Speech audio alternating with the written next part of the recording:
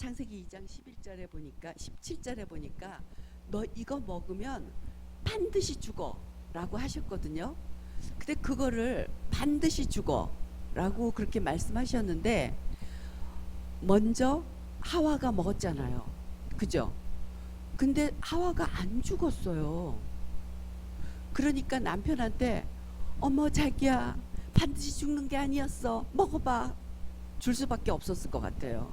그러면 성경에서 말하는 하나님께서 말씀하시는 네가 이 선악과를 먹으면 반드시 죽어 라는 것이 무슨 뜻인지 좀 기본 중에 기본을 우리가 짚고 넘어가야 될 것 같아요. 여러분 다 아시겠지만 반드시 죽는다는 게 뭘까요?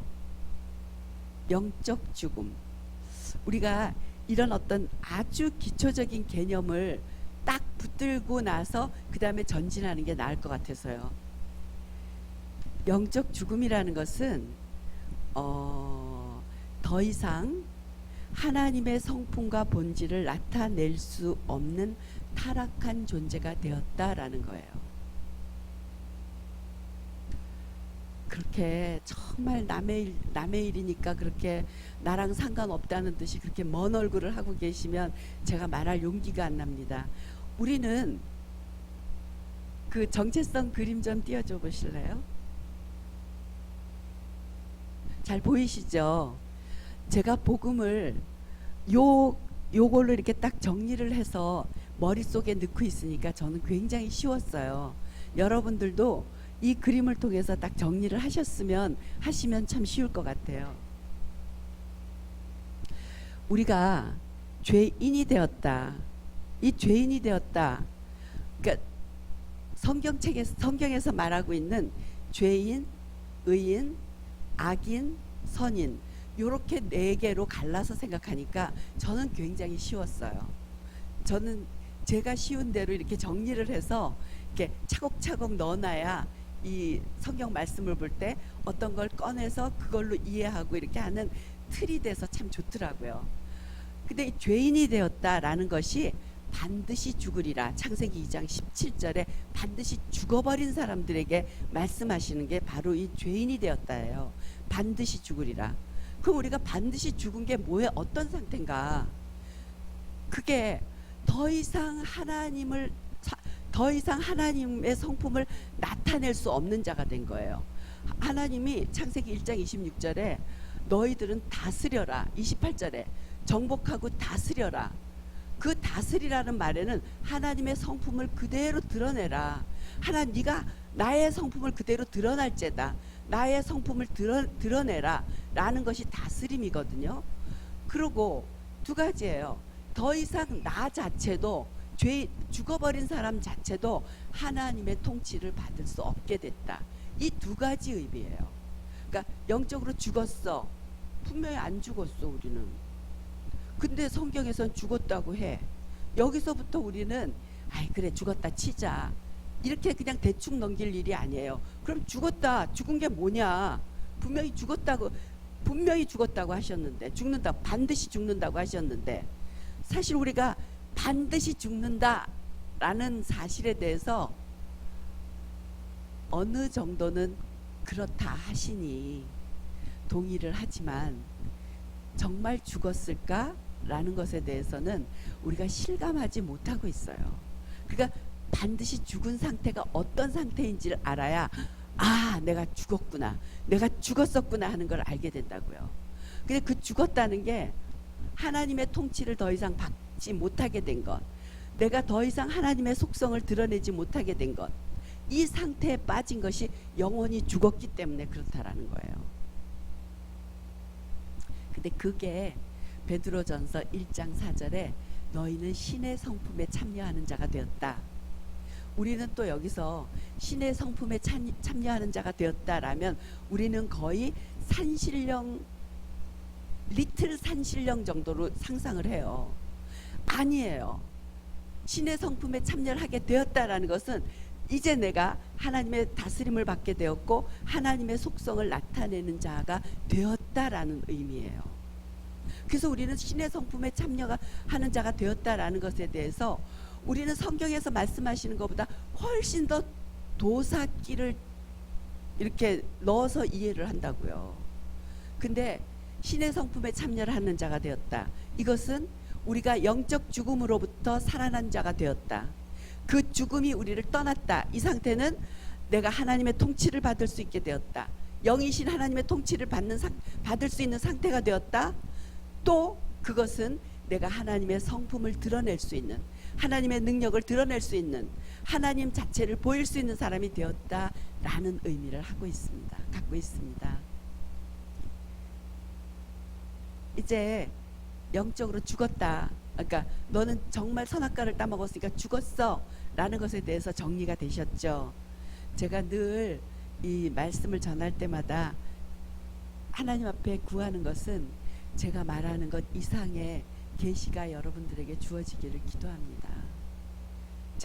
제가 도표가 이렇게 10가지 있으면 제가 한 2까지 표현해내고 2까지 이해를 했다면 이 일을 바탕으로 여러분들은 7, 8, 9, 10까지의 계시와 깨달음과 그런 은혜가, 말씀의 은혜가 입혀지기를 정말 기도하고, 그게 정말 제가 설교를 준비하고 설교를 하는 할 수 있는 그 동기가 되는 것 같아요. 그래서 저는 이렇게까지 말씀을 드렸으니까 이제 영적 죽음이란 무엇인가, 내가 영적 죽음의 상태가 얼마나 비참했었는가, 나는 그냥 짐승같이 사는 존재가 아니라 짐승과 같이 먹고 살다가 흙이니 흙으로 돌아가는 존재가 아니라 하나님의 성품을 드러내고 하나님의 통치를 받는 존재로 회복되었구나 라는 것이 더 많은 계시로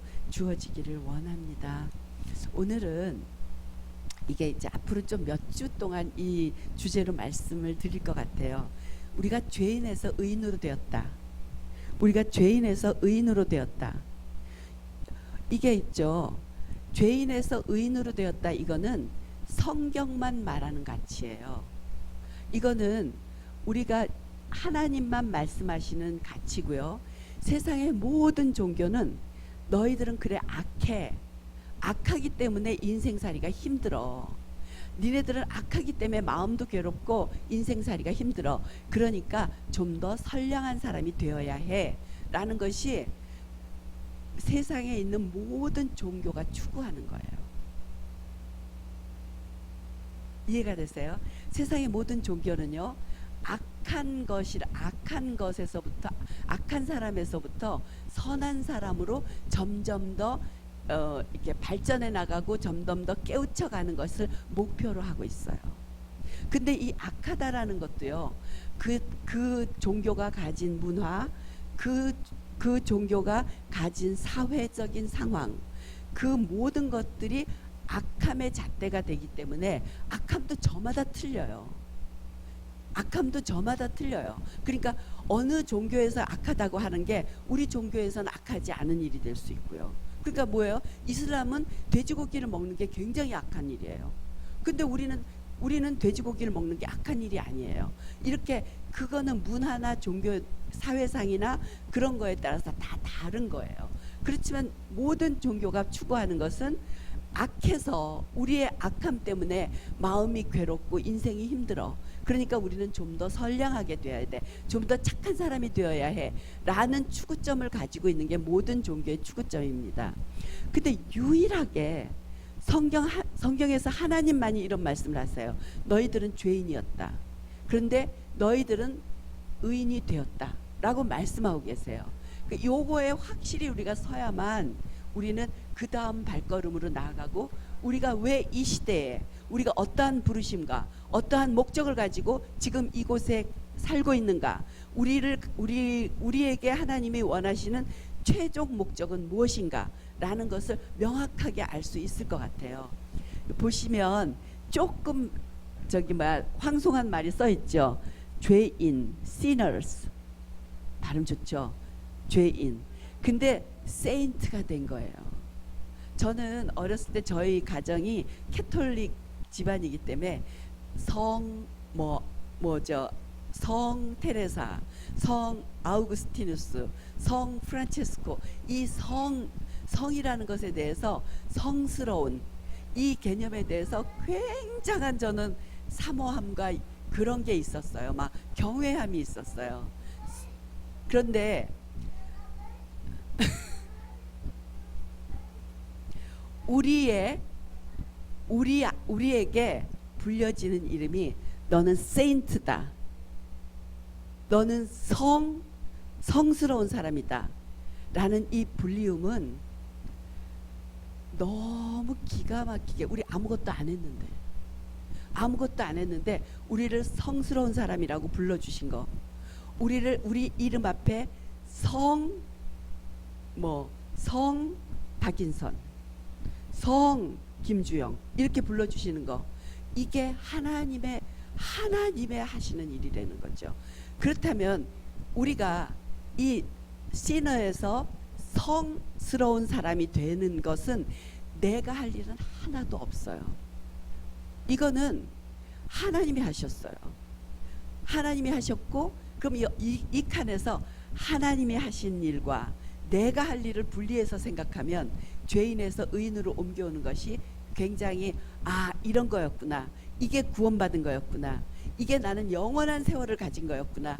나는 하나님의 자녀가 되었다라고 막 하는데 그걸 우격자 다짐으로 나에게 믿음으로 꾸역꾸역 나에게 집어넣는 게 아니라 자연스럽게 그 신분이 누려질 거라고 그렇게 믿습니다. 이거는요, 요 죄인이냐 의인이냐의 문제는 존재의 문제예요. 여기는 being의 문제고요. 악한 사람에서부터 선한 사람이 되는 것은 행위의 문제이기 때문에 doing의 문제예요. 항상 우리는 그러죠. being에서부터 doing이 나와야 된다. 그럼 우리는 저도 그랬어요. 여러분만 그렇다고 하는 게 아니에요. 아는 것 같아요. 그래, being이 중요해.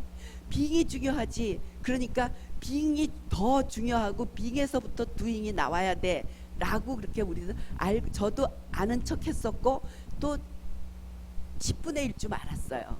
그렇다면 우리가 오늘 doing과 being을 좀 이렇게 명확하게 이렇게 말씀 속에서 배워가서 나의 존재는 뭐구나 라는 존재를 좀 알아갔으면 좋겠어요. 내 존재를 위해서는 내가 어떻게 할 수 있는 일이 없어요. 존재는요, 영적인 사실이에요. 그래서 이 죄인이었다가 의인이 되었다라는 것은 영적인 사실이지 내가 어떻게 하는 행위에다 바탕을 두고 있지 않다라는 거예요. 그리고 이거는 순전히 은혜의 사건인데요. 죄인에서 의인으로 되기까지 여기 한 단계가 있어요. 여기 쭉 가느다란 막이 보이시죠? 죄인에서 의인이 되기까지 한 단계가 있는데 요걸 하나님이 하셨어요. 그리고 우리가 그거를 하나님이 하셨다라고 믿는 믿음이 우리가 할 일이에요. 근데 그 믿음까지도 하나님은 우리에게 주시겠다라고 하셨어요. 우리는 작은 동의가 필요할 뿐이에요. 그리고 이 사실이 내 것이 되기 위해서 믿음까지도 하나님이 주시겠다고 하신 거예요. 요 죄인과 의인 사이에 이 칸막이에 뭐가 있었냐면 예수님의 십자가가 있었어요. 말하자면 의인은요, 예수님의 십자가에서 태어난 사람들이에요. 우리는 그렇구나. 성경에 그렇게 많이 있어요. 예수님을 믿는 자가 구원을 얻었다라는 말보다 제가 찾기에는요, 훨씬 더 많은 표현이 예수의 이름을 믿는 자라고 되어 있어요. 예수를 믿는다라는 것은요, 예수의 성품을 믿는다, 예수의 존재를 믿는다, 이거에 해당되는 것 같아요. 예수님과의 관계를 믿는다, 예수님 그 자체를 믿는다, 조금 막연해요. 근데 예수의 이름을 믿는다라는 것에는요, 막연함이 아닌 아주 구체적인 게 있어요.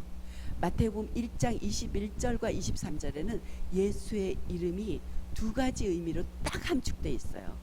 자기 백성을 저희 죄에서 구원할 자. 그래서 예수님은 자기 백성을 저희 죄에서 구원해서 죄인이 의인이 되게 하셨어요. 그리고 그 이름은요, 임마누엘이라 하리라. 임마누엘은 하나님이 너희와 함께 하신다라는 거예요. 이거는 창세기 6장 3절에서 내가 다시는 너희와 같이 하지 않을 거야. 너희들이 생각하는 거는 전부 죄뿐이야. 너희와 같이 하지 않을 거야 하고 하나님이 떠나버리신 사건, 창세기 6장 3절이 다시 회복되어지는 사건이에요. 임마누엘이라 하리라.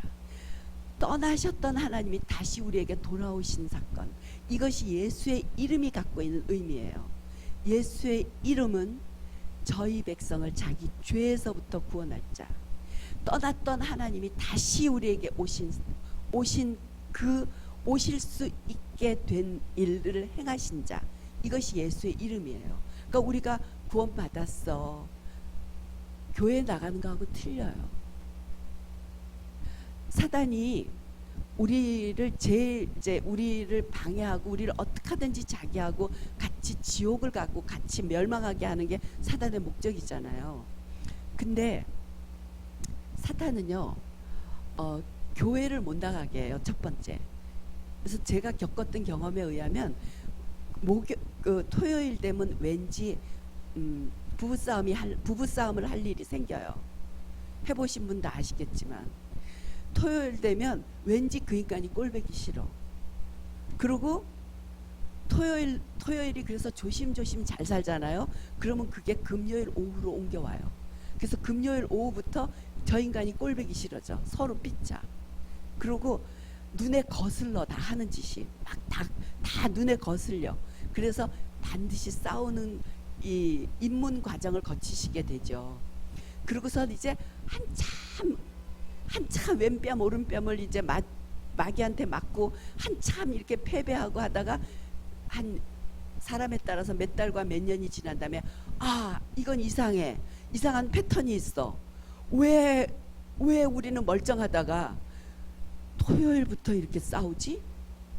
그래서 주일날 되면 이 꼬라지가 무슨 교회를 가, 이렇게 하고 나를 스스로 포기하게 만들지. 사단이 있죠.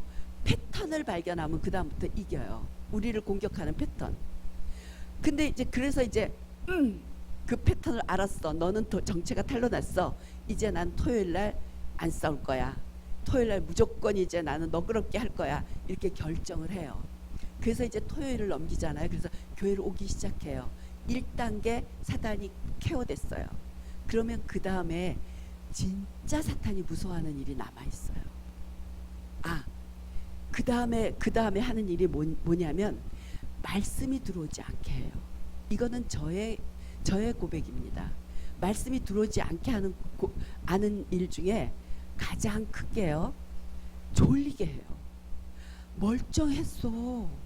찬송 부를 때도 멀쩡했다. 근데 말씀이 딱 시작되면요, 그 포근한 기운,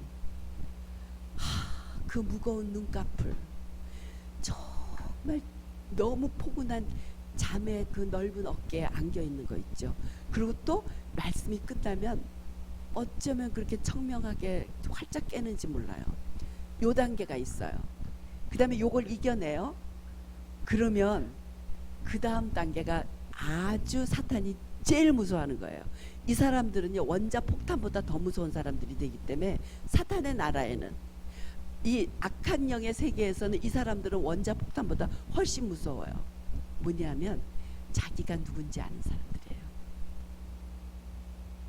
자기가 누군지 아는 사람. 그러니까 최종적으로 자기가 누군지 모르게 하기 위해서 사단이 쓰는 방법이 뭐냐면 계속 우리를 종교적인 틀 안에 가둬놓으려고 그래요. 네가 이 꼬라지로 했는데 어떻게 의인이야? 네가 지난 여름에 한 일을 내가 알고 있는데 어떻게 네가 의인이라고 할 수 있어? 넌 멀었어. 넌 아니야. 라고 계속해서 자기 존재에 대해서 거짓말을 심어주고 계속해서 죄책감이 들게 하고 계속해서 우리한테 구원에 대한 두려움을 주게 하는 게 사단의 괴계예요. 이제 우리가 요 확고한 그림을 딱 가지고 있으시면요, 더 이상 사단의 괴계가 우리를 어떻게 할 수 없는 정리된 관을 갖게 되실 거를 기대하고 있습니다. 우리를 파괴하는 죄의 능력이요, 어마어마하게 컸어요. 그러니까 우리가 흔히 이런 말을 하죠. 우리가 죄를 지어서 죄인이 아니라 죄인이기 때문에 우리는 죄를 짓는다 라고 이렇게 말을 하죠. 말은 참 정말 좀 위로가 되는데, 그러면 어떻게 해야 되지? 하나님만이 하실 수 있는 걸 하셨어요. 죄가 가진 그 능력은 굉장히 커요. 그리고 죄가 가진 넌더리 나는 그런 실력도 굉장히 커요. 그런데 하나님만 하신 일이에요. 용서의 능력이 훨씬 커버린 거예요. 여러분들 왜 수학에서 공식 있죠? 이렇게 크고 작은 공식. 죄의 능력이 커요. 그런데 용서의 능력은 훨씬 더 커요. 이 용서의 능력이 큰 데다가 하나님은 또 뭘 갖고 계신지 아세요? 신적인 기억 상실증을 갖고 계세요. 신적인 기억 상실증은 하나님의 선택이에요. 잊어버리시는 거예요. 우리 죄를 의도적으로. 그래서 하나님은 거기에 대해서 안 믿어드리는 우리한테 정말 우라통이 터지셔서 말하셨어요. 네 죄가 주홍같이 붉을지라도 흰눈같이 하얘졌다. 동이 서에서 먼 것처럼 네 죄는 옮겨졌다. 너무나 간절하게 여러 번 말씀을 하고 계세요. 근데 우리는요, 양심적이라는 생각 하에서 우리의 죄를 계속 끌어안으려고 해요. 나는 이런 인간인데요. 나는 이런 인간인데요. 그럴 때마다 여러분들이 양심을 빙자해서 여러분들에게 난 이런 인간인데요 할 때마다 여러분들은 이 부호를 생각하세요. 내 죄가 커. 그러나 하나님의 용서의 능력은 훨씬 커. 확 그어버리세요. 수학 기호를 여기다가 쓰시는 거예요. 내 죄 커.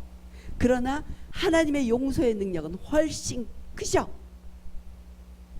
이 수학 기호를 딱 가지고 계시면 여러분들은 더 이상 죄책감과 두려움에 시달리지 않는 거예요. 마귀는 우리가 지은 죄의 기록을 가지고 있어요. 이놈의 자식은. 그러면 항상 들이대요, 그거를. 그런데 아까 그래서 마귀의 별명이 뭔지 아시죠? 형제를 참소하는 자예요. 그것도 밤낮 형제를 참소하는 자. 이게 마귀의 하는 전문 직업이에요. 그렇지만 하나님은 아까 말씀드린 대로 신적인 기억상실증을 갖고 계십니다. 하나님은 우리 죄보다 훨씬 큰 대가를 지불하셨기 때문에 우리를 죄와 무관하게 여기십니다. 죄와 무관하다라는 것은 한 번도 죄를 짓지 않은 사람처럼 우리를 대하시고 실제로 그렇게 보신다라는 거예요.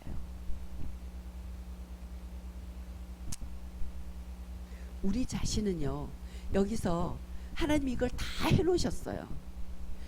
죄인을 의인으로 옮겨 놓으셨고, 우리가 지은 죄에 대해서 마귀가 가지고 있는 수많이 빽빽하게 적혀 있는 죄의 목록들을 하나님은 완전히 제거하셨고, 이 일들을 다 하나님이 직접 하셨어요. 우리가 해야 될 일은요, 그렇다라고 동의해 드리는 거예요. 그렇다라고 동의하는데 처음에는 내가 양심이 있어? 너무 뻔뻔한 거 아니야? 그런데 저는 신데렐라 아시죠, 여러분? 동화 신데렐라라는 동화. 저는 이 신데렐라가 있죠, 아가서 1장 5절을 보고 지은 동화라고 믿어요, 저 혼자 스스로. 아가서 1장 5절에는 술람미 여인의 뻔뻔함이 적혀 있어요. 그래, 나 검어. 나 그렇게 검을지라도 솔로몬의 휘장과 같이 아름다워. 어쩔래? 이 술람미 여인의 이 뻔뻔함을 우리는 좀 배워야 돼요. 술람미 여인의 뻔뻔함이 없으면 아가서는 쓰여지지 않았을 거예요.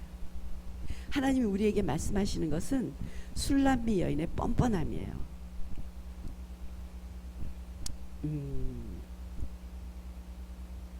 내가 이거를 그래서 요거를 보고 저는 신데렐라 이야기를 썼다라고 그렇게 저 혼자 괜히 이렇게 상상을 합니다. 신데렐라가 너무 뻔뻔하지 않으세요? 아니 여지껏 계모가 물 떠와라 뭐 해라 뭐 해서 그 부엌대기에다가 숯검덩이에다가 그 정말 자기 정체성 완전 꽝이었을 거 아니에요. 계모 눈만 봐도 막 공포에 떨 수밖에 없는 신데렐라였잖아요. 더군다나 또 신데렐라의 그 못된 언니들의 몸종 노릇을 했잖아요. 보나마나 신데렐라의 손은요 정말 험하게 상했을 거예요. 보나마나 신데렐라의 발은요 딱딱하게 일을 막 물 떠오고 일하고 막 그 불 떼고 해가지고 신데렐라의 발은 군살 덩어리였을 거예요. 한번 상상해 보세요, 여러분. 신데렐라를 좀 더 현실적으로 파헤쳐 보세요. 신데렐라처럼 뻔뻔한 여자는 전 세상에 없다라고 생각해요. 잠시 동안 뭐죠? 그 요정이 나타나서 뿅 해가지고 드레스 입고 잠시 동안 화려하게 했다 할지라도 신데렐라의 그 거칠은 손은 어쩔 거예요? 신데렐라의 그 다 터지고 막 거칠어지는 얼굴은 피부는 어떻게 될 거예요? 왕자님이 그 신발을 신겨줄 때 신데렐라의 그 군살 덩어리 그 신발은 어떻게 사람들 앞에 내놓고 신을 수 있었을까요? 저는 신데렐라는 요정이 더 매직이 아니라 신데렐라의 뻔뻔함이 더 매직이라고 생각해요. 제가 오늘 여러분들에게 술람미 여인의 매직을 이렇게 뿅뿅뿅 하고 싶어요. 술람미 여인처럼 뻔뻔한 여자가 없어요. 그래 나 검어. 근데 나 솔로몬의 휘장같이 아름다워.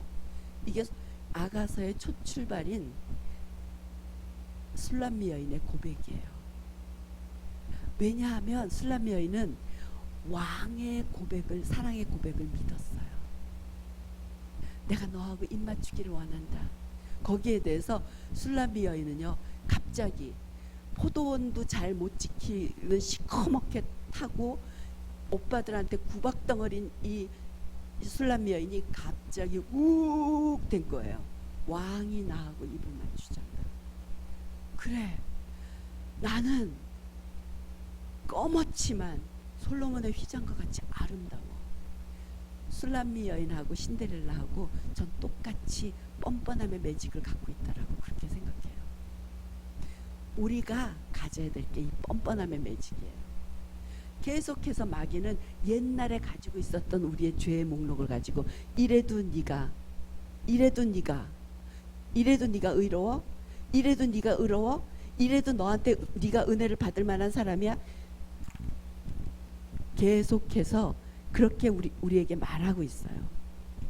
그런데 거기에 대해서 그래 어쩔래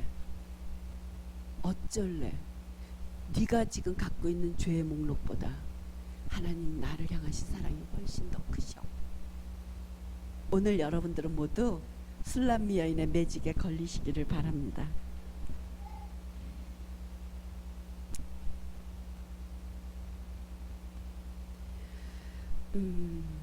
이 우리가 말씀을요 한번 볼까요? 여기 주보에 나와 있어요. 이 말씀에 대해서 얼마나 하나님께서 구구절절 써놓으셨는지 빌립보서 1장 6절에는요. 말씀을 우리가 왜 흔히 이렇게 하죠. 이것은 바울이 쓴 책이야. 성경을요. 뭐 이거는 모세오경은 모세가 쓴 책이야. 뭐 이거는 베드로가 쓴 책이야. 이렇게 이해하시면 안 되는 거 아시죠? 성경은 저자가 아니라 기자예요. 말하자면 모세를 통해서 하나님이 쓰신 책이고 바울을 사용하셔서 성령 하나님이 바울을 사용하셔서 하나님의 말씀을 쓰신 책이에요. 그러니까 어느 시대든 누가 썼든 그때 가장 알아듣기 쉽게 문화를 사용해서 그 당시의 인물을 통해서 하나님이 쓰셨지만 이거는 사람이 쓴 책은 아니에요. 사람이 썼지만 사람의 말이 아니라는 거죠. 이 빌립보서도 역시 하나님의 책이에요. 하나님의 마음을 적은 책입니다. 너희 안에 착한 일을 시작하신 이가 그리스도 예수의 날까지 이루실 줄을 우리는 확신하노라. 너희 안에 착한 일을 시작하시니 이 착한 일이 우리를 죄인에서부터 의인으로 옮겨주시는 하나님의 일이에요.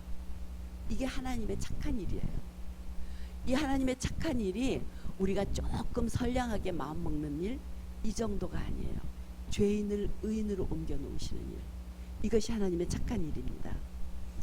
거기에다 예수님은 엄청난 고백을 하십니다. 그들이 주신, 요한복음 10장 29절에요. 그들을 주신 내 아버지는 만물보다 크심에 아무도 아버지 손에서 빼앗을 수 없느니라. 아무도 우리 한 사람 한 사람을 아버지 손에서 빼앗아 갈 수가 없어요. 오늘도 사탄은 우리를 빼앗아 가기 위해서 공격을 해요. 공격을 하는 아주 큰 무기가 우리한테 죄책감을 주죠. 수치심을 줍니다. 그리고 두려움을 줍니다. 요 3종 세트는 아주 마귀가 사용하는 이 기본 메뉴예요. 수치심, 두려움, 죄책감. 이게 아담과 하와가 선악과를 따먹었을 때 맨 처음에 하나님 말씀을 어긴 것에 대해서 두려움이 느껴졌었죠. 맨 처음에 두려움이 왔었죠. 그 다음에 자기가 벗은 걸 그때 알아서 수치심을 알게 됐죠. 그 다음에 죄책감을 갖게 된 거예요. 우리는 죄인에서부터 의인으로 옮겼다라는 것에는요, 이 3종 세트를 하나님이 완전히 깨부수셨다라고 이해하시면 돼요.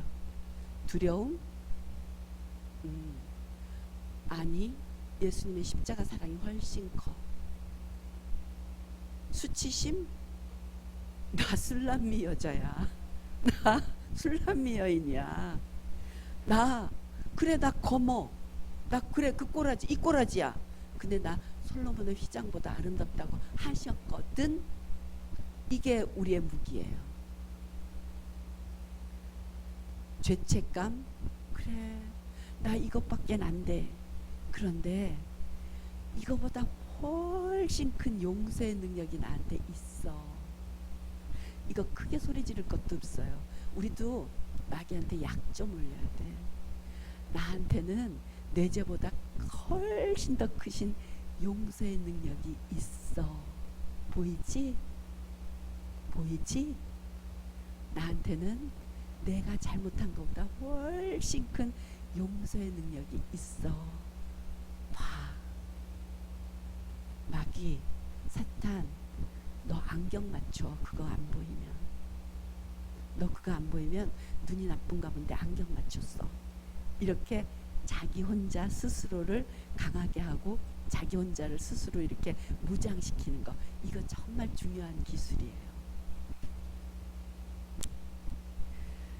십자가에서, 그러니까 요 죄인에서부터 의인으로 옮겨 놓으시는 요 가운데 있는 것이 십자가라면, 이 십자가에서는 인간을 창조하신 하나님의 목적이 다시 회복되어지는 거예요. 우리 여기서 또 이제 우리가 한번 얘기해 봐야 될 거 있어. 하나님이 인간을 왜 창조하셨는가? 하나님 그렇게 우리 때문에 골치 아프시 때문에 왜 창조하셨을까요? 네? 사랑하려고. 네, 찬송받게 하시기 위해서. 이게 있죠. 찬송받게 하시려고. 여기에 대해서 우리는 막 그럼 24시간 우리가 찬송하는 걸, 하나님 그걸 좋아하시는 거. 하나님은요, 여기에 또 조금 우리가 오해가 있게 이해하실 수 있어요. 하나님 자체가 먼저 우리를 찬송하셨어요. 네. 에베소서 2장 10절에 너희들은 나의 시다라고 했어요. 우리는 하나님의 시상을 떠오르게 하는 존재들인 거예요. 우리는 하나님의 노랫가사예요. 우리는 하나님의 찬송이에요. 하나님과 우리가 만나는 방식이 찬송인 거예요. 하나님은 우리에 대해서 너 이것도 못했구나 저것도 못했다가 아니라 야 정말 너는 진짜 내가 만들어도 정말 기가 막힌다. 정말 너 어떻게 이렇게 와. 하나님이 맨날 그 있잖아요. 뭐죠? 스바냐서 3장 17절 너무 우리가 아름다워서 소리를 못 내셔.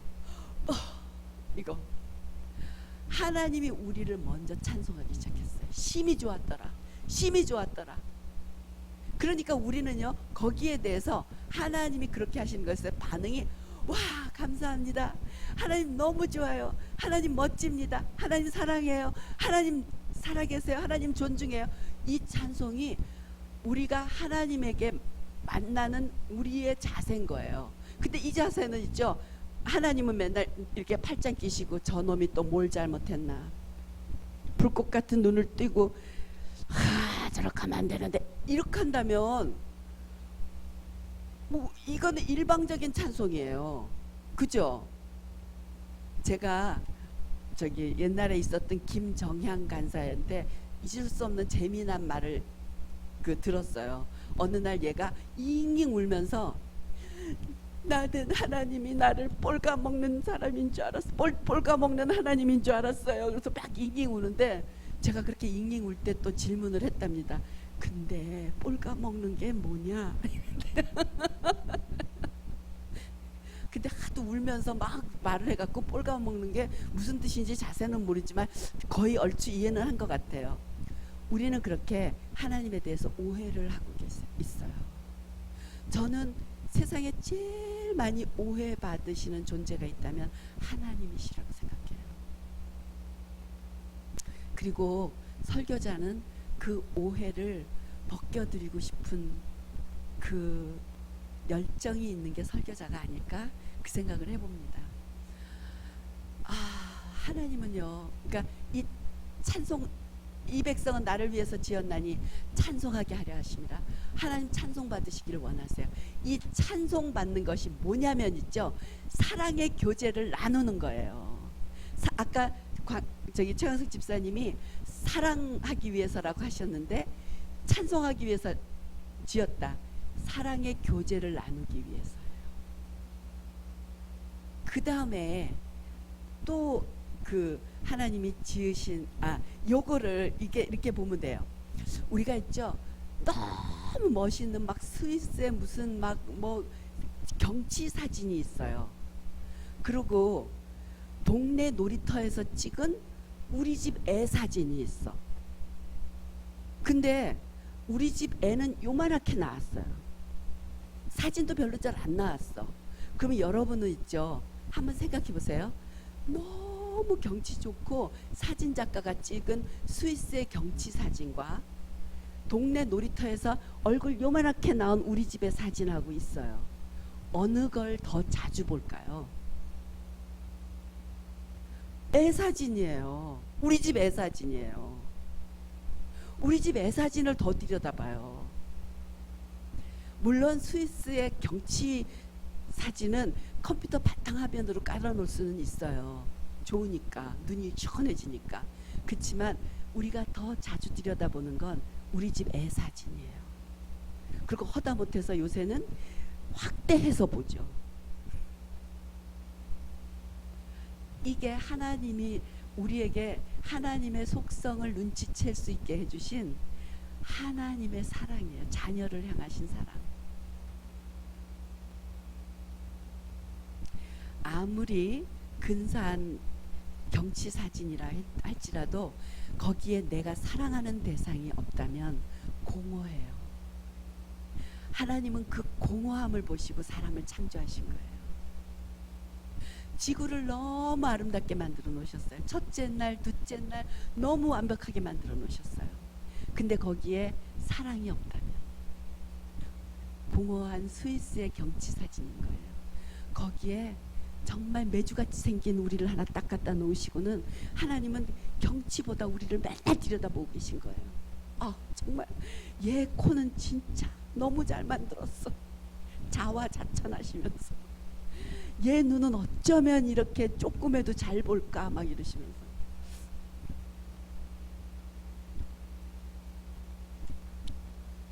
그런데 그런 우리가 욕에 대해서 하나님과 멀어졌을 때 우리는 사실 고통을 모르고 살았어요. 우리는 이 제가 놀라운 게 있죠. 태어나면서 장애를 갖고 난 아이들은요, 그게 장애가 불편한지 모르고 산대요. 중도 장애인이 괴롭다고 하더라고요. 그런 것처럼 우리는 태어나면서 죄인으로 태어났기 때문에 그게 얼마나 불편하고 얼마나 억울한 일인지 모르고 살았어요. 그냥 이것이 인생인게벼 이러고 사는 거예요. 근데 이 상태에 대해서 가장 못 견디신 분이 하나님이세요. 이 상태에 대해서 우리가 이 상태에 머물러 있으면서 불편함도 모르고 이 상태에서 오글오글 잘 살아가는 것을 우리는 최선이라고 생각하는 게 힘드신 건 하나님이셨던 거예요. 그래서 하나님이 이 죄인에서부터 의인으로 우리를 옮겨 놓으시기로 결정하신 분이 하나님이시고 그 일을 실행하셨어요. 실행하셨고 우리는 이제 그럼 우리가 이게 아니었고 이거였어. 이 인식을 하는 게 있죠. 우리가 구원을 받기 위한 준비물이에요. 그래서 우리가 이거였어 라는 인식을 하게 하기 위해서 하나님이 주신 장치가 뭐냐면 율법이라는 장치를 주셨어요. 구약에 이스라엘이라는 사람들을, 백성을 뽑아서 샘플링을 하시는 거예요. 그들에게 율법을 주셨어요. 율법은요, 우리에게 지켜라 하시지만 지키기 위한 것이 아니라 율법의 가장 큰 목적은요, 우리가 율법을 지킬 수 없는 죄인이라는 것을 알게 하시기 위한 장치예요. 놀랍죠?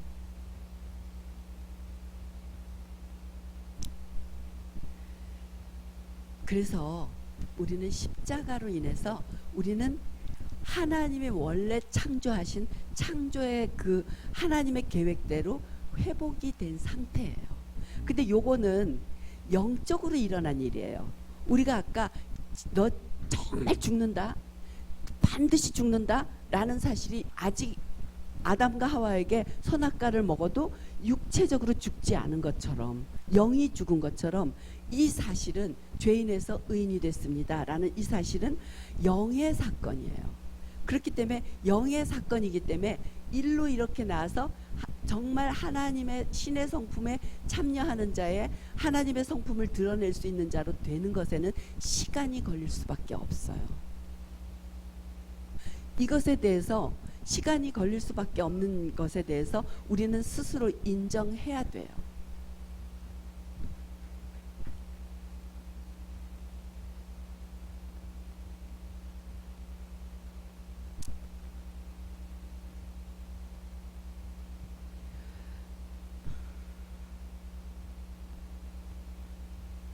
그래서 우리는 스스로를 이렇게 분류하면 좋을 것 같아요.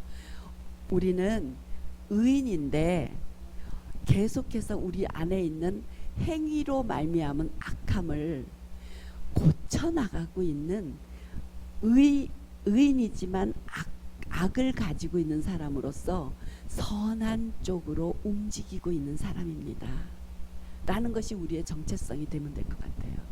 그러니까 우리는 때로 어떤 일에 대해서는 굉장히 선량하게 반응을 해요. 하나님스럽게. 근데 또 어떤 일에 대해서는 그렇게 하지 못할 때가 있어요. 그러면 사탄은 너 요거 했잖아, 그러니까 너는 이거일 리가 없어, 너는 이거야 라고 지적을 하는 게 사탄의 괴계인 거예요. 근데 이럴 때 우리가 그래 맞아, 나 이거 했어, 그런데 이거를 지금 이걸 했지만 나는 의인이야, 그리고 여기에서 일로 옮겨가고 있는 중이야 라는 것을 스스로에게 인식시키는 것, 이게 복음 안에서 사는 거고, 점점 이걸 이렇게 인정을 하고 점점 우리의 사고를 이렇게 바꿔가다 보면요, 하나님이 믿음을 주세요. 성령 하나님께서 어느 날 기적과 같이 하게 하시는 날이 있는 거예요. 근데 그 하게 하시는 날이 없어도 돼요. 없어도 돼요. 그거는 내 개인적으로 그러한 개인의 차가 있는 일이기 때문에 우리가 아 하는 날이 없다고 해서 죄인에서 의인으로 옮겨지지 않은 사람이 아니에요. 그러나 우리가 아 하고 왜 이렇게 만화책에서 여기 반짝 전구불 들어오듯이 그러한 날을 사모해야 될 필요는 있어요. 우리가 그 창세기 2장 17절인가요? 거기 보면 하나님이 인간에게 하나님이 창조하신 그 모든 그 사물에 동물들에게 이름을 붙이라고 하세요. 제가 여러 번 말씀드렸죠. 이 이름을 붙인다라는 것은 창조의 가장 중요한 일을 우리에게 시키신 거예요. 이게 이제 뭐 점점인가? 활용 점검인가? 뭐 그런 말 있죠. 있어 하여튼 그런 거. 근데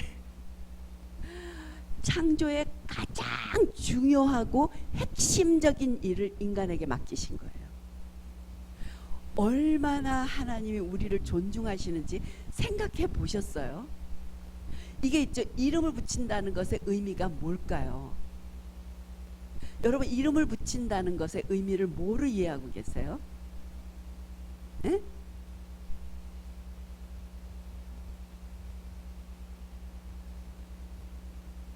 이것만 오늘 여러분들이 꽉 잡으셔도 여러분들은 갑부가 되는 거예요. 뭐냐면 이름을 붙인다. 하나님이 창조해 놓으신 개, 고양이, 염소, 말, 소 막 다 지나가. 근데 이렇게 하나님이 이렇게 아담 앞으로 끌어와서 이름을 붙여라 했을 때 이게 뭘까요? 어떤 일일까요? 다스림이죠. 근데 다스림인데요.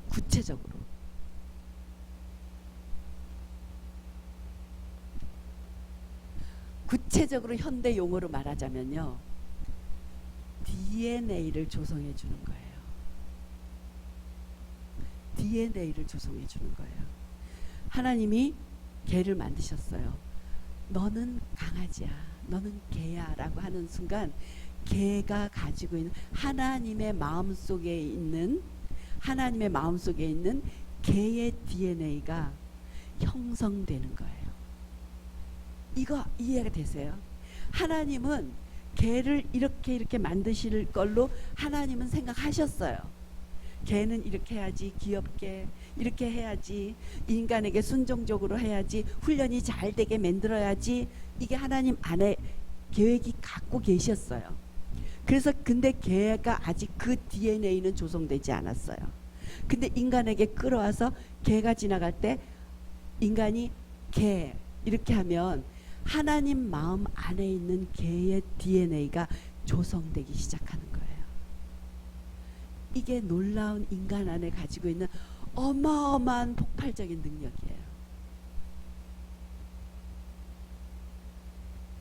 사실 이것만 해도 저는 10시간은 설교를 해야 돼요. 근데 여러분들이 다 좋을까봐 안 하지.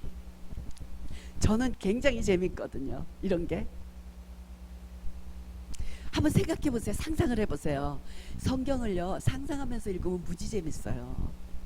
저는 참 하나님의 은혜 중에 하나가 성경을 상상하면서 읽는 게 저에게 주신 은혜였고요. 그 다음에 성경을 지독하게 쓴 것이 아마 저에게, 제가 어떤 조금 유명한 사역자가 저한테 전화를 해왔어요. 당신은 어떻게 말씀을 그렇게 이해하는가? 당신은 어떤 훈련을 받아왔는가? 이거를 정말 제가 보기에 너무 어마어마한 사역자가 저한테 연락을 해왔더라고요. 그래서 제가 가만히 생각해 봤어요. 그러게요. 저는 훈련을 따로 받은 건 없어요. 그러면서 이제 한참 그 사람이 이제 어떻게 어떻게 훈련 받았는지 막 꼬치꼬치 묻길래 제가 생각해낸 게, 저는 성경을 읽을 때 상상을 했던 것 같아요. 그리고 저는 그거를 참 많이 썼어요.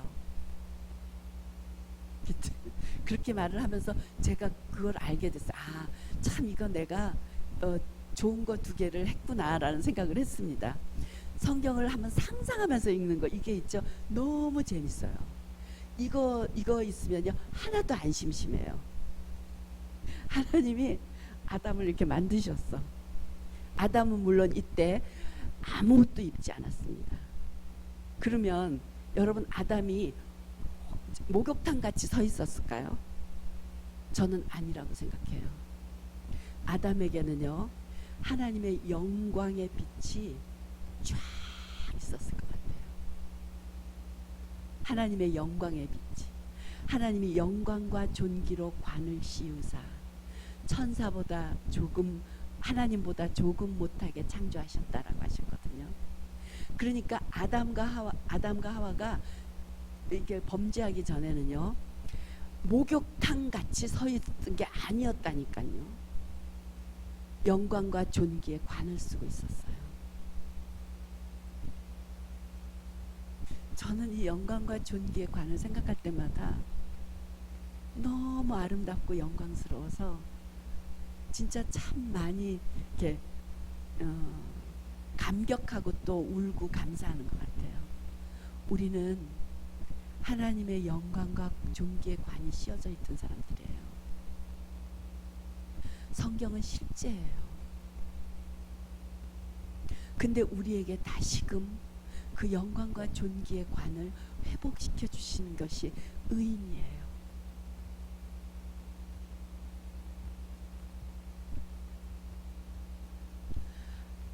하나님 서 계시고 아담이 여기 영광과 존귀의 관을 쓰고 서 있어요. 하나님이 말이라고, 아까 개라고 했는데 말이라고 합시다. 하나님이 말 만드실 때 하나님의 마음속에 말에 관한 하나님의 설계도가 있었어요. 얘는 지독하게 잘 뛰게 해야지. 얘의 근육은 진짜 튼튼하게 해야지. 아, 얘는 진짜 너무 아름답게 이렇게 힘차게 만들 거야. 그래서 얘는 인간을 태우고 달릴 때 정말 초원을 가로질러서 그렇게 갈기를 흩날리면서 인간을 태우고 달리게 그렇게 해야지. 하나님의 마음속에 있는 말에 대한 이 청사진이에요. 근데 말을 이렇게 끌어오시면서 아담에게 너 이름 붙여 이럴 때 아담이 말이에요. 말이라고 부르면 좋겠어요. 이렇게 할 때 하나님 마음 안에 있었던 말에 관한 청사진이, 그 DNA가 작동되기 시작하는 거예요. 말에게. 우리가 그런 존재예요. 그러면 우리 말에 대한 이 정체성이요, 우리가 우리를 부르고 우리가 형제를 대하는 그 정체성이 그 사람의 DNA를 새롭게 재조정해 준다는 거예요. 우리는 죄인이에요. 근데 우리가 맨날 자기 스스로를 죄인이야, 난 죄인이야 이러면 우리는 죄의 그 DNA에서 의인의 DNA로 이동되어지는 것이 너무나 힘들어요. 우리가 지체를 볼 때 지금은 지체를 볼 때 있죠. 요거 덩어리야. 그러나 이 사람은 예수 그리스도의 십자가 능력 아래 완전히 자기를 드렸어요. 그렇다면 지금 하는 짓이 어설픈 요 짓을 하고 있지만 우리는 요거라고 불러줘야 된다는 거예요. 나도 나를 그렇다라고 불러주기 시작하면 우리 안에 의인의 DNA로 다시 재작동되기 시작한다는 거예요. 요게 뭐냐면 신의 성품에 참여하는 DNA가 움직여서 다시 이렇게 정렬되기 시작한다는 거예요.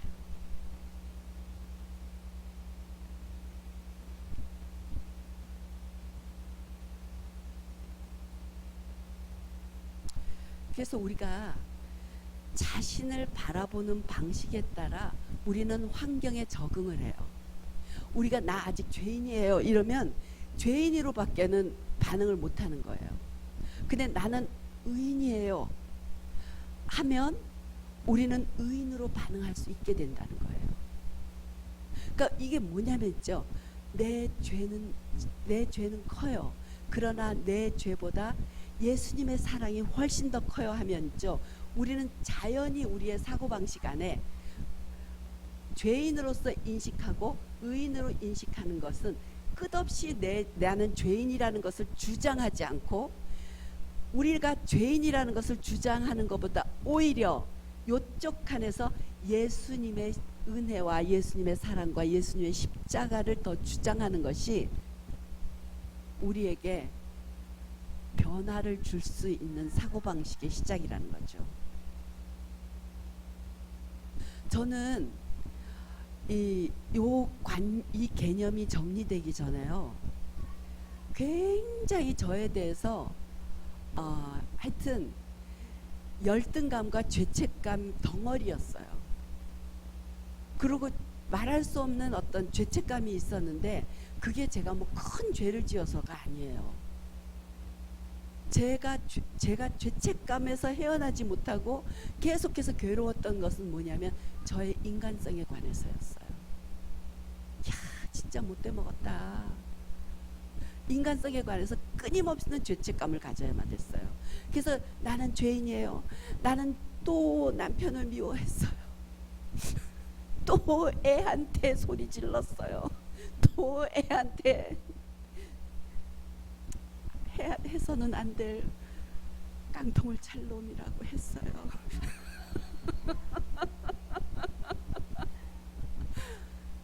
이 인간성, 이 사악한 인간성 때문에 저는 거의 이 죄책감의 포로로 살았던 것 같아요. 그래서 저녁에 회개를 안 하면, 왜 그거 있죠, 똥통에서 나왔는데 발 안 씻고 자는 기분. 너무너무 그게 힘했는데, 이 그림을 딱 머리에 갖고 나니까 있죠, 내 인간성, 이거는 내가 아무리 노력을 해도 바꿀 수 없어. 내가 의인이라는 것을 내가 주장하기 시작하면서 내 DNA가 다시 재정렬될 수 있는 거구나라는 걸 깨닫게 됐어요.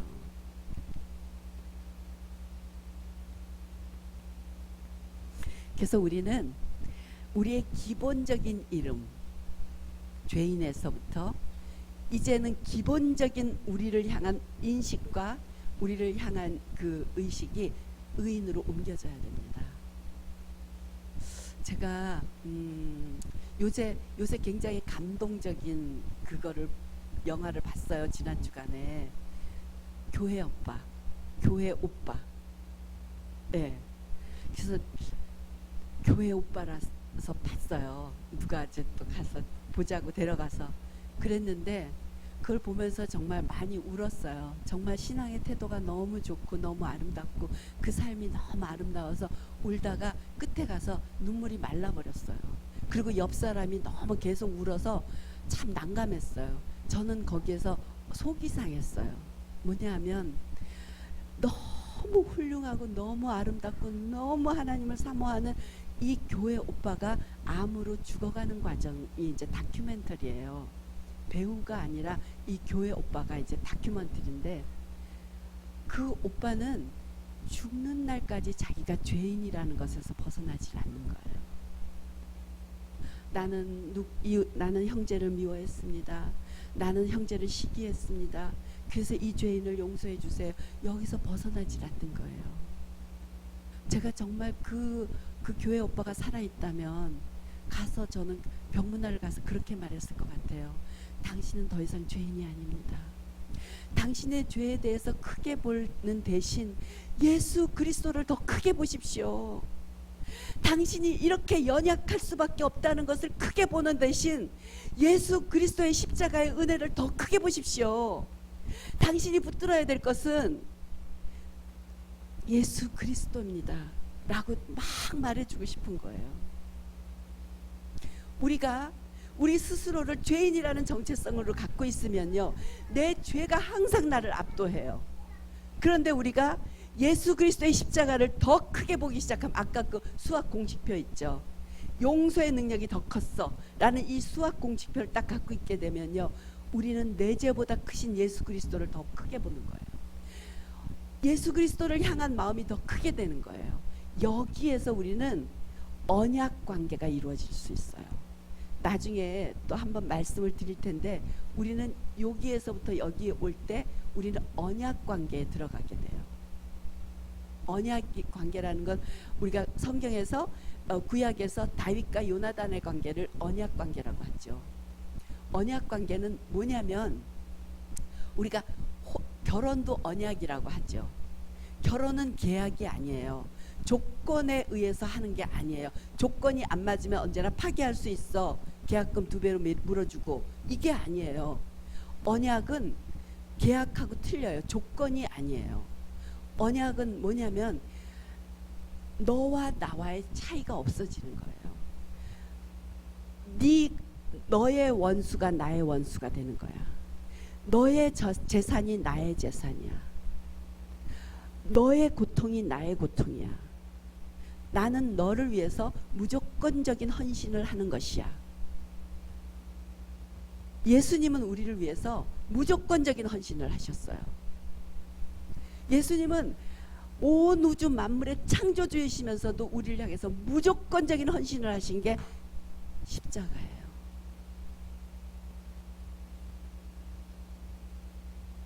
우리는 언약 가운데 들어가 있다는 것은 예수님의 헌신, 예수님이 그렇게 헌신하셨기 때문에 나에게 무조건적으로 전부를 드리셨기 때문에 나도 예수님께 전부를 드리겠습니다. 이게 바로 우리가 이 죄인과 의인으로 옮겨질 때 십자가에서 한 헌신이에요. 그래서 십자가, 우리가 세례를 십자가에서 예수님과 함께 죽음에 연합했다가 예수님과 함께 부활에 연합한 것이 의인이잖아요. 죽음에 이미 연합을 했어요. 근데 우리의 생각은, 우리의 죄의식은 내 꼬라지를 보면서 계속 우리는 우리의 죄를 읊어대는 거예요. 스스로에게 죄의 DNA를 계속 확인시켜 주는 거예요. 또 그래야 좀 속이 시원해. 그죠? 그렇지 않아요? 그래서 내가 뭐 잘못한 거 죄 때문에 한바탕 울고 막 잘못했다고 용서해달라고 빌고 이래야 뭔가 좀 후련한 끼가 있어요. 아, 오늘 회개가 제대로 됐어. 이래갖고 왠지 막 깨끗하게 목욕하고 나온 것 같은 느낌 있죠. 근데 전에 회개에 대해서 말씀드렸죠. 회개는 생각을 바꾸는 거예요. 생각을 바꾸는 거예요. 아, 좀 어렵죠. 정말 여러분들이 얼굴이 조금 어려워하시는 것 같아서 어떻게 몸둘 바를 모르겠어. 할 수 없어요. 그냥 견디세요.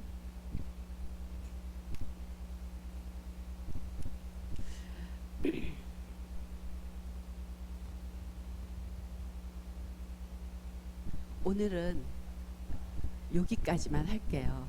그럼 복습할게요. 아, 제가 있죠. 조금 선생기가 있어서 이래요.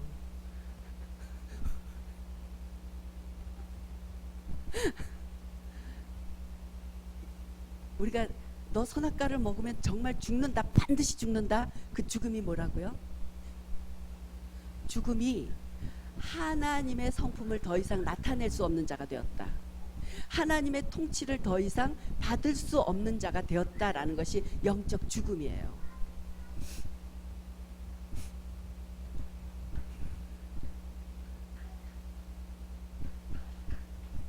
이제 조금 있으면 저 뒤를 이어서 이제 우민이가 그럴 거고, 조금 있으면 이제 하준이가 그럴 거고, 조금 있으면 우민이 동생이 저럴 거고, 각오하고 있습니다. 좀 얌전했던 사내 아이들이, 아이고,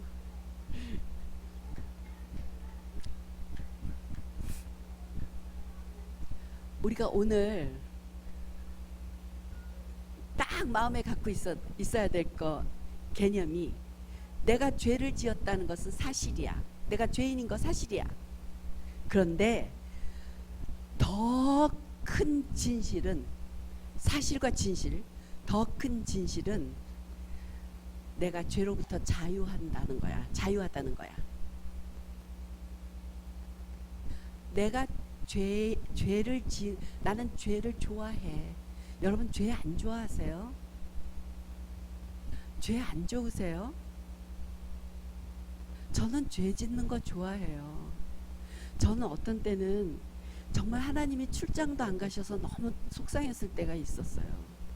하나님 좀 딴 별로 출장 가시면 안 돼요 이럴 때가 있었어요. 하나님은 딴 별로 출장도 안 가셔. 다 온 우주 만물이 하나님이 만드셨다며 딴 별도 가서 좀 돌보시지 꼭 여기서 그렇게 나만 돌보시나 싶어가지고 하나님 딴 별로 출장 가시면 죄를 좀 짓고 싶었거든요. 근데 난 죄를 좋아해. 그런데 그거보다 더 큰 것은 나는 죄로부터 자유한다는 거야. 이것에 대해서 계속 자기를 그렇게 강하게 해야 되는 필요가 있어요. 우리는요, 남이 자기를 강하게 해주는 것을 기다릴 필요가 없어요. 자기가 자기를 강하게 해야 돼요. 남이 자기를 강하게 하는 것보다 훨씬 더 자주, 훨씬 더 부담 없게 할 수 있는 게 자기가 자기를 강하게 하는 거예요. 이해가 되시죠? 네.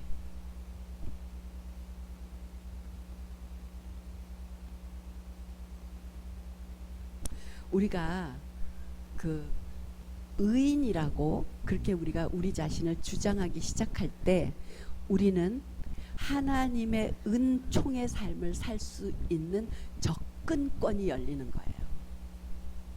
네.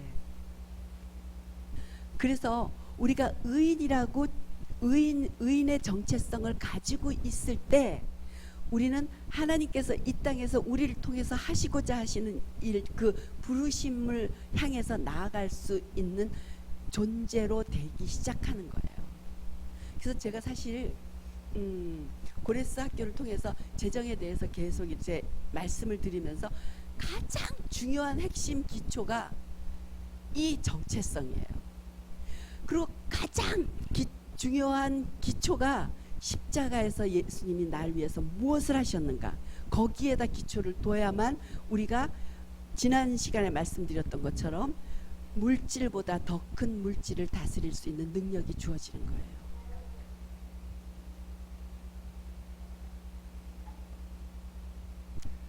오늘은 요 네 가지 그림, 요 네 가지 종류의 사람의 그림을 여러분 머릿속에 확실히 집어넣고 계신 것 다 넣으셨죠? 다 넣으셨죠? 요거를 갖고 계신 것, 이게 오늘의 목표입니다. 죄인이냐 의인이냐, 우리는 악할 수 있어. 그러나 선을 향해서 가는 것뿐이야. 저는 왜 종교가 무엇입니까 이럴 때 기독교 이렇게 쓸 때마다 되게 마음이 아파요. 기독교는 종교가 아니에요. 기독교는 종교가 아니에요. 모든 종교는 악한 사람에서 좀 더 선한 사람으로 가는 방향을 갖고 있지만 우리가 믿는 신앙은요, 죄인에서 의인이 되게 하신 예수 그리스도의 이름을 믿는 것이에요. 인간의 근본을 다뤄주는 것, 인간의 전 존재, 영과 혼과 육을 다루는 것이 바로 우리가 믿는 신앙이에요. 로마서 6장 11절에 있네요. 이와 같이 주보에 있습니다. 세 번째요. 참고 구절 세 번째.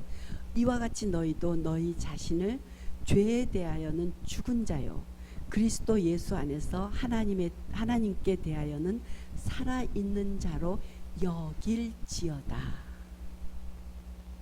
이게 믿음이에요. 죄에 대해서는 죽었어. 더 이상 죄 가지고 나를 어떻게 하지마. 우린 죄에 대해서 죽었어요. 예수님과 십자가에서 죄에 대해서 죽은 자로 연합한 거예요. 연합했을 때 죽어버린 거예요. 우리의 죄인은 죽어버렸어요. 신명숙 죄인, 신명숙 시너는 죽었어요. 십자가에서. 내가 다시 예수님이 십자가에서 예수님이 부활하실 때 연합해서 부활과 연합한 신명숙은 다시 의인인 거예요. 만약에 우리가 부활절이 너무 부활이 좋은 것은 십자가에서 죄인으로 예수님이 돌아가실 때 십자가에서 연합해서 죽었다? 근데 예수님의 죄가 좁쌀만큼이 남아 있었어요. 그래서 예수님이 부활을 못 하셨어. 그럼 우리는 희망이 없는 거야. 근데 그분이 그 3일간 있죠. 예수님가 십자가에 묻히시고 부활하시기까지, 그게 전 우주적인 스릴과 서스펜스의 시간인 거 아세요? 저는 처음에는 다 짜놓은 각본 아니야 뭐 이렇게 생각했거든요.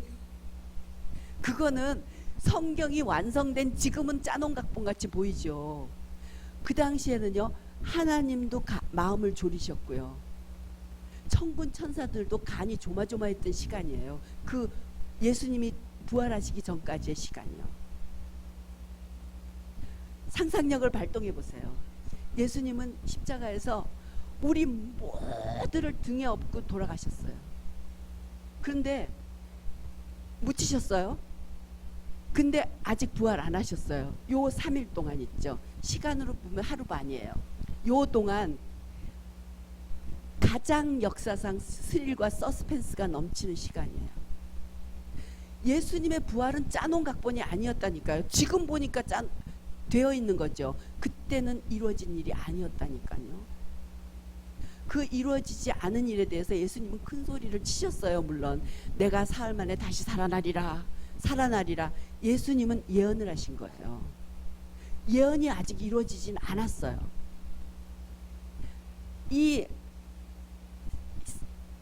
현실과 예언의 성취 이전에 요 3일간 시간에 정말 하나님과 천군 천사는 가장 조마조마한 시간을 보내시고 있으셨다라고 저는 믿어요.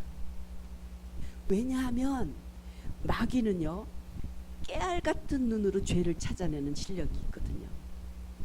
마귀가 제일 겁내하는 게 예수님의 부활이었잖아요.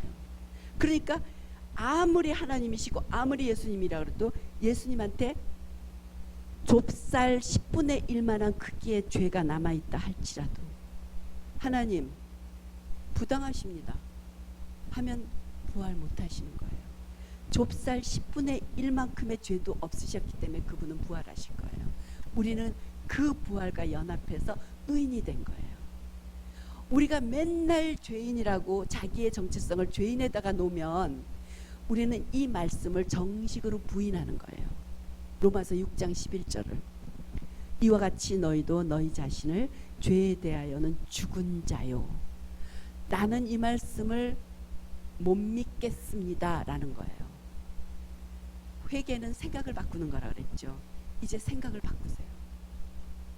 생각을 바꾸셔야만 놀라운 단계로 우리는 나갈 수 있어요. 제가 이제 앞으로 여러분과 나눌 것에 대해서 약간 말씀을 드리자면, 의인이에요. 근데 이 의인들도요, 여러 단계가 있어요. 관계의 단계.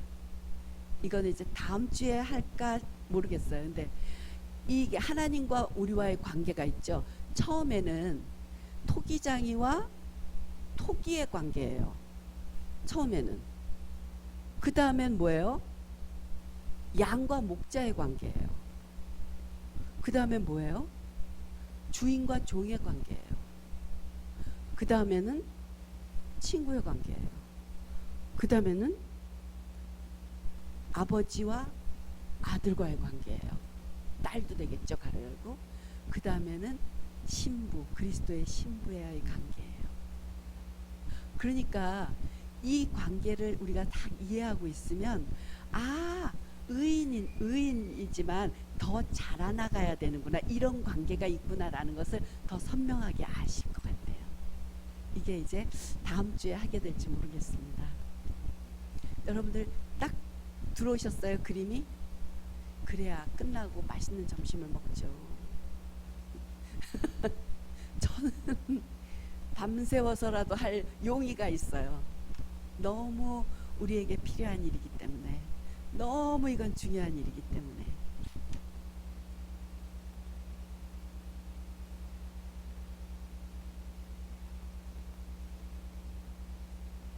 더 이상 우리가 우리의 정체성을 죄인에다 놓고 죄인의 자리에서 머뭇거리지 맙시다. 예수 그리스도를 기뻐하는 것이 훨씬 더 하나님이 원하시는 것입니다. 기도하시겠습니다.